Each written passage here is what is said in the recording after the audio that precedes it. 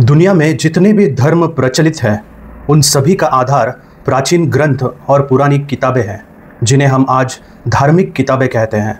क्या ये किताबें ही जीवन का एकमात्र मापदंड है? क्या जुबानी तौर पर आगे बढ़ी बातें पूरी तरह से त्रुटिहीन रही होगी? और जब आज के युग में लिखित प्रमाण के बिना किसी भी बात पर विश्वास नहीं किया जाता, तो हमें इन बातों का आज्ञाकारी क्यों होना चाहिए? मैं इन गहन प्रश्नों का उत्तर अपने इस प्रवचन में देने का प्रयास करूंगा। ये एक सर्वविदित तथ्य है कि जब कोई व्यक्ति कहता है हमारे धर्म में ये नहीं होता या हमारे धर्म में ऐसा करना चाहिए, तो उसका मूल आधार अक्सर यही प्राचीन किताबें होती है। ये किताबें ही धार्मिक नियमों और मान्यताओं का स्रोत है। अब बात करते हैं कि ये किताबें कैसे लिखी गई। पुराने समय में किसी भी चीज़ को लिख कर रखने के लिए कोई उपकरण उपलब्ध नहीं थे। आगे चलकर किताबें और शिलालेख उपलब्ध हुए। शोध के अनुसार हम ये निष्कर्ष निकाल सकते हैं कि इन किताबों में उल्लिखित सभी विवरण पीढ़ी दर पीढ़ी उन लोगों द्वारा जुबानी तौर पर आगे बढ़ाए गए थे जिन्हें इन्हें सुनने और सुनाने का अधिकार प्राप्त था।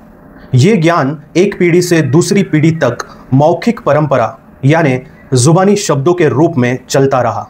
अब एक महत्वपूर्ण प्रश्न ये उठता है कि जब तक ये बातें कहीं लिखी नहीं गई, जैसे कागज़ पर या पत्थर पर, क्या हमें ये पूरी तरह से मानना चाहिए कि ये जुबानी तौर पर सही ढंग से बिना किसी परिवर्तन के आगे बढ़ाई गई थी?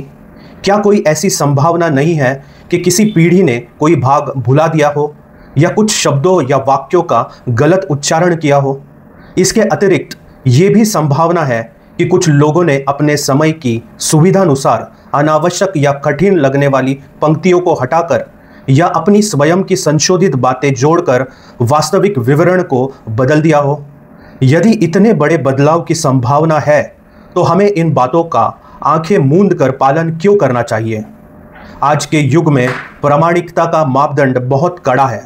यदि किसी के पास खरीदने का कोई लिखित प्रमाण जैसे बिल या इनवॉइस नहीं है, तो वो दुकान पर जाकर कोई सामान वापस तक नहीं कर सकता।